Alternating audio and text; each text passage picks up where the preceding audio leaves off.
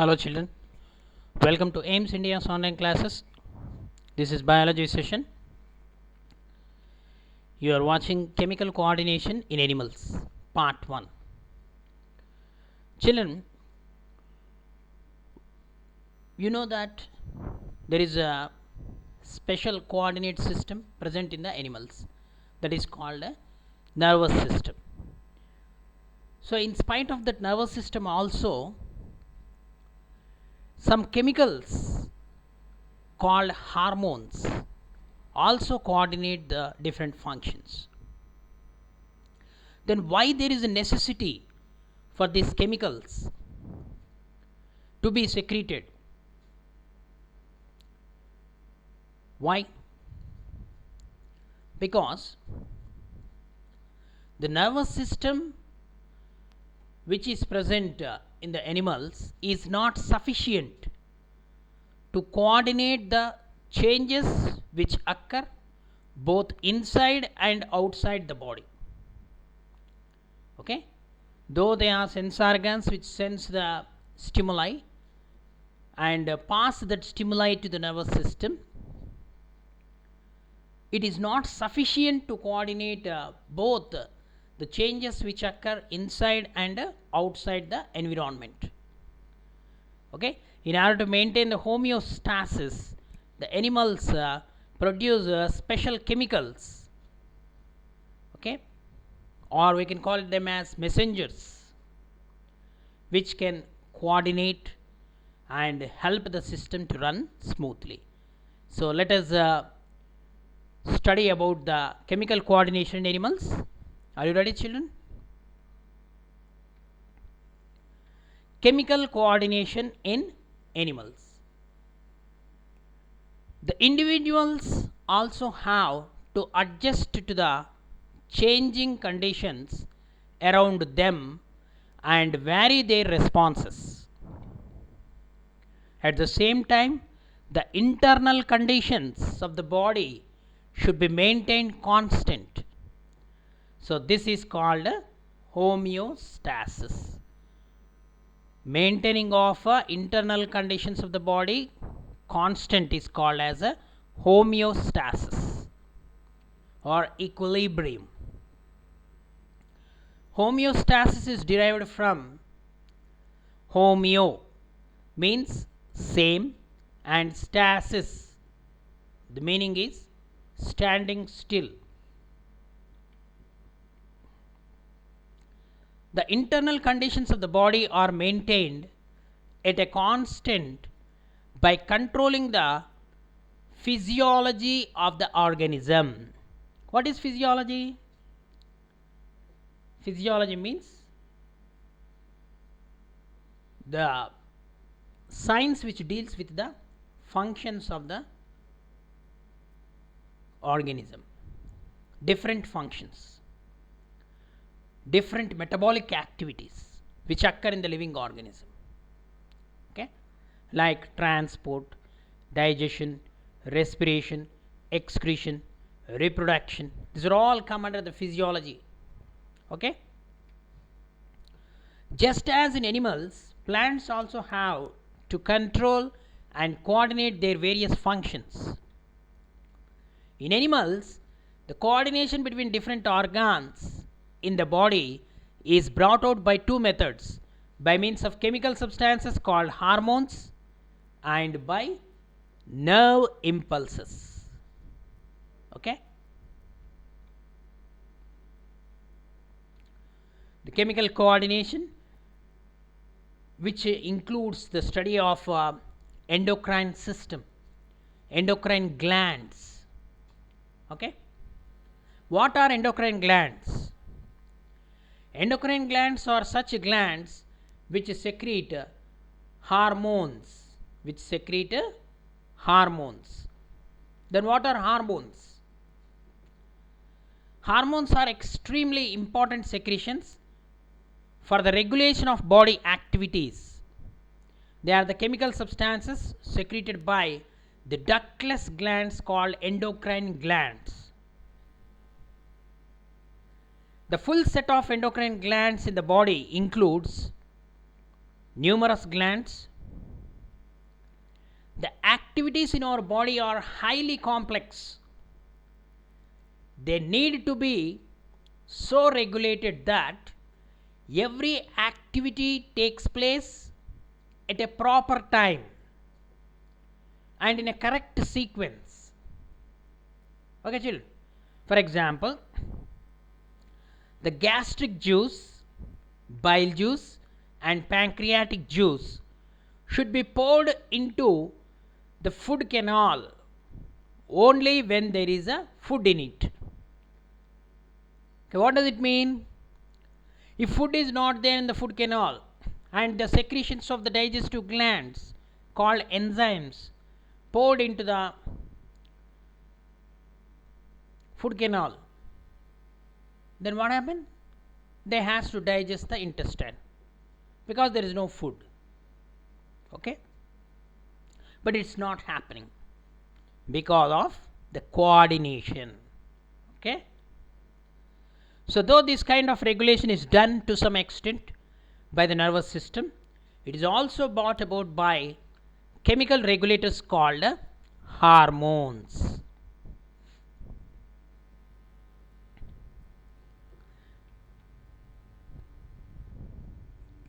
Hormones are the secretions from specific cells or glands in the body and are carried to all parts of the body, but their effect is produced in one or more specific parts called target organs or target tissues or target cells only. Okay, hormones are such chemical substances. They are produced somewhere in the body, but they show their effect somewhere in the body or all parts of the body, may be influenced by the secretions of those glands. Okay,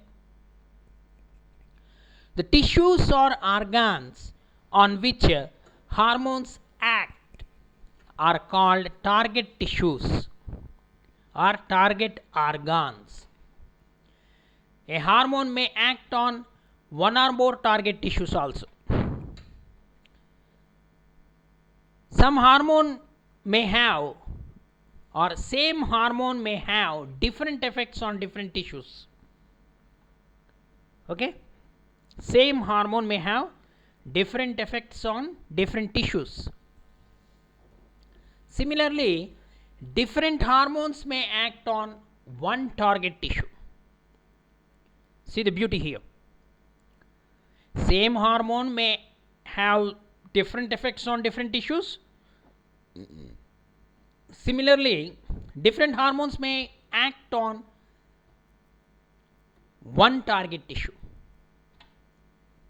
Okay, so see here, the pancreas is given.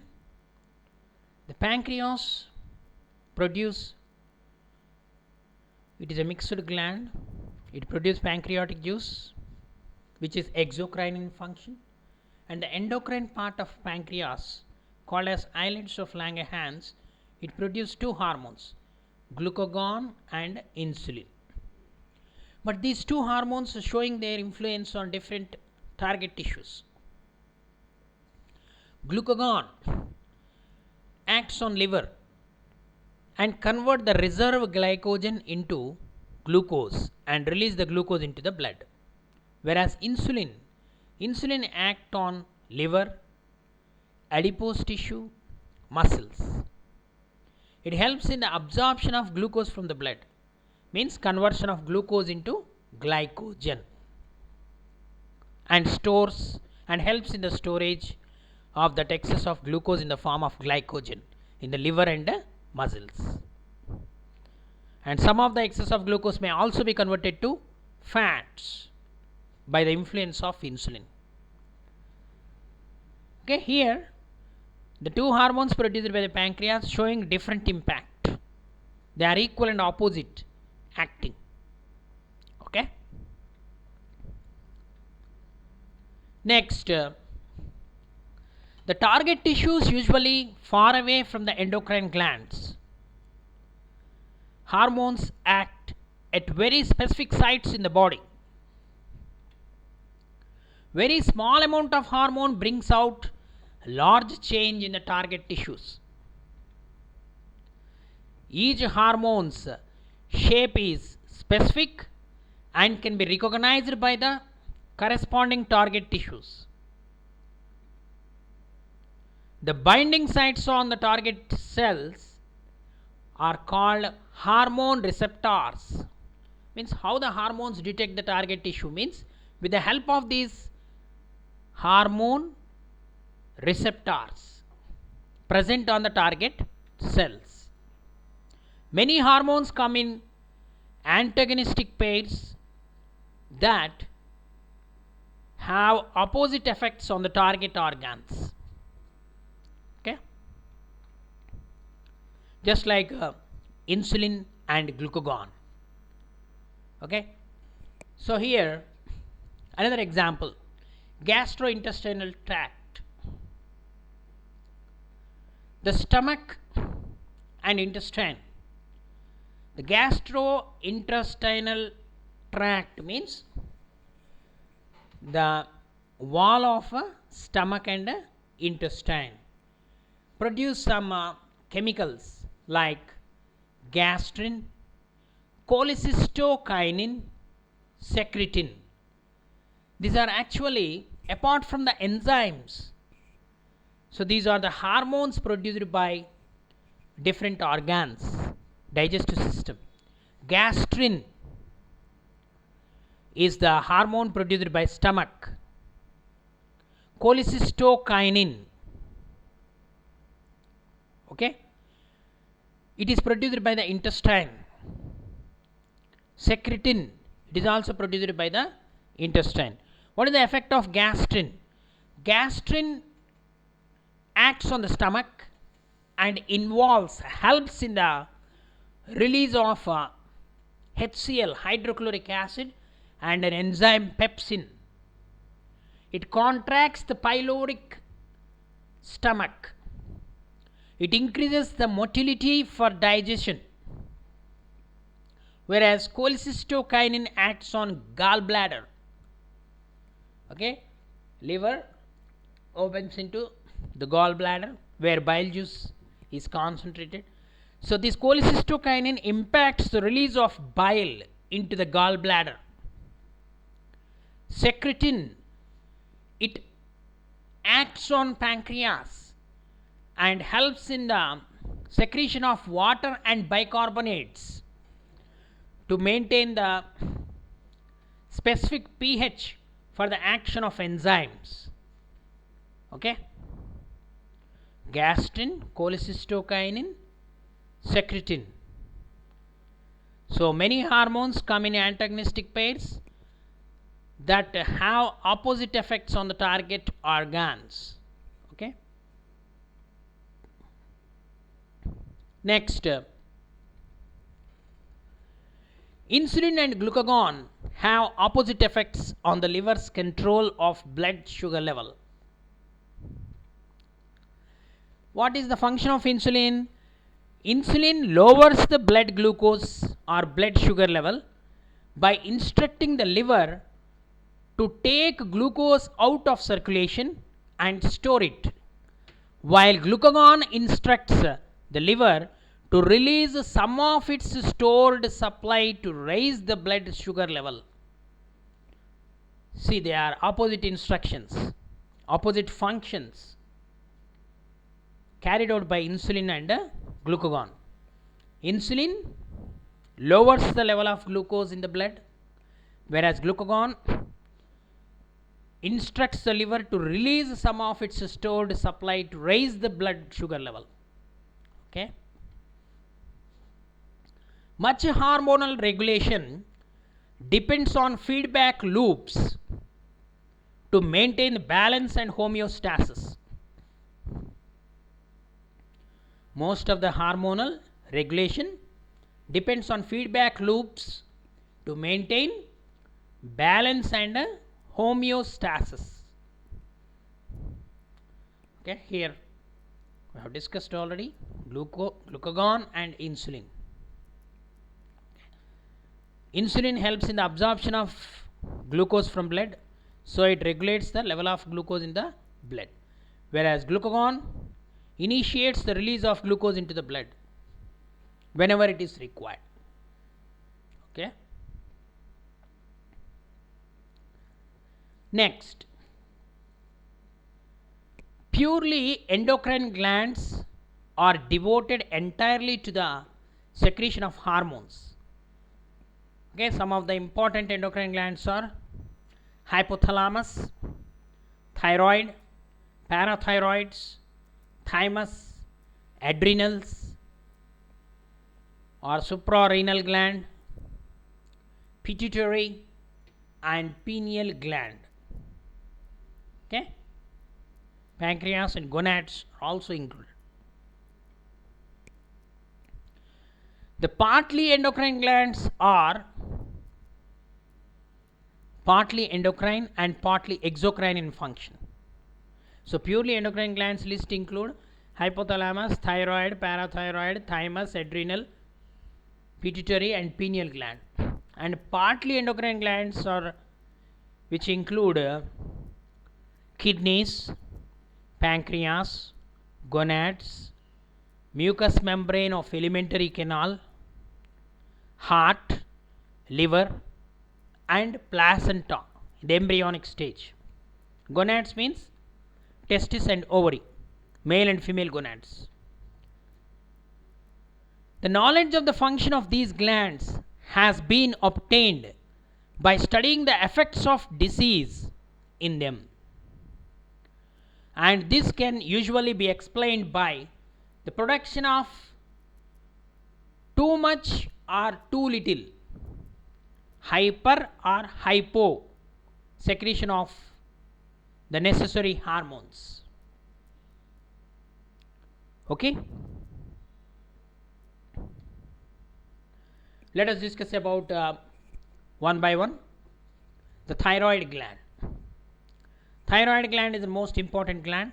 It is a butterfly shaped bilobed gland that is situated at the base of the larynx. The two lobes are joined by a isthmus. Isthmus means it is an interconnection. Two lobes are connected each other by an isthmus. The hormone secreted by thyroid gland is thyroxine. The thyroid gland is composed of two lobes which are located on either side of the trachea. Both the lobes are interconnected with a thin flap of connective tissue, that is isthmus. The thyroid gland is composed of follicles and stromal tissue. Each thyroid follicle is composed of follicular cells enclosing a cavity.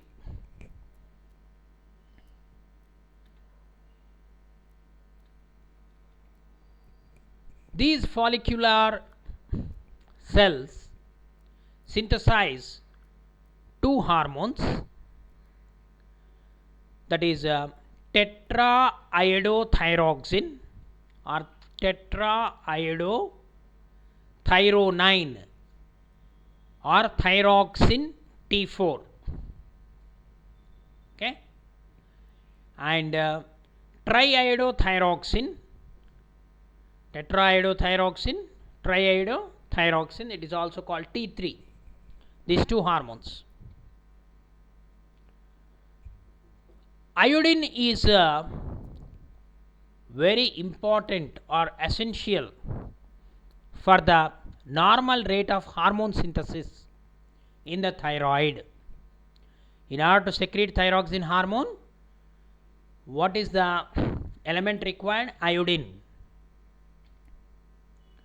Deficiency of iodine in our diet, it results in the hypothyroidism, means low secretion of thyroxine hormone, and enlargement of thyroid gland swelling or increase in the size of thyroid gland. It is commonly called as goiter. Deficiency of iodine causes goiter, What is the symptom of goiter? Enlargement of thyroid gland in the neck region. Hypothyroidism during pregnancy causes defective development and maturation of the growing baby, which is leading to stunted growth. That condition is called cretinism. Okay, sometimes what happens means mental retardation, low intelligent quotient, abnormal skin, deaf mutism. These are all the symptoms of cretinism. Head will be small and the remaining body parts will be normal. Okay, so stunted growth, that is due to the hypothyroidism during pregnancy, okay, by the mother. So this is the thyroid gland, location in the neck region, beneath the larynx, sound box.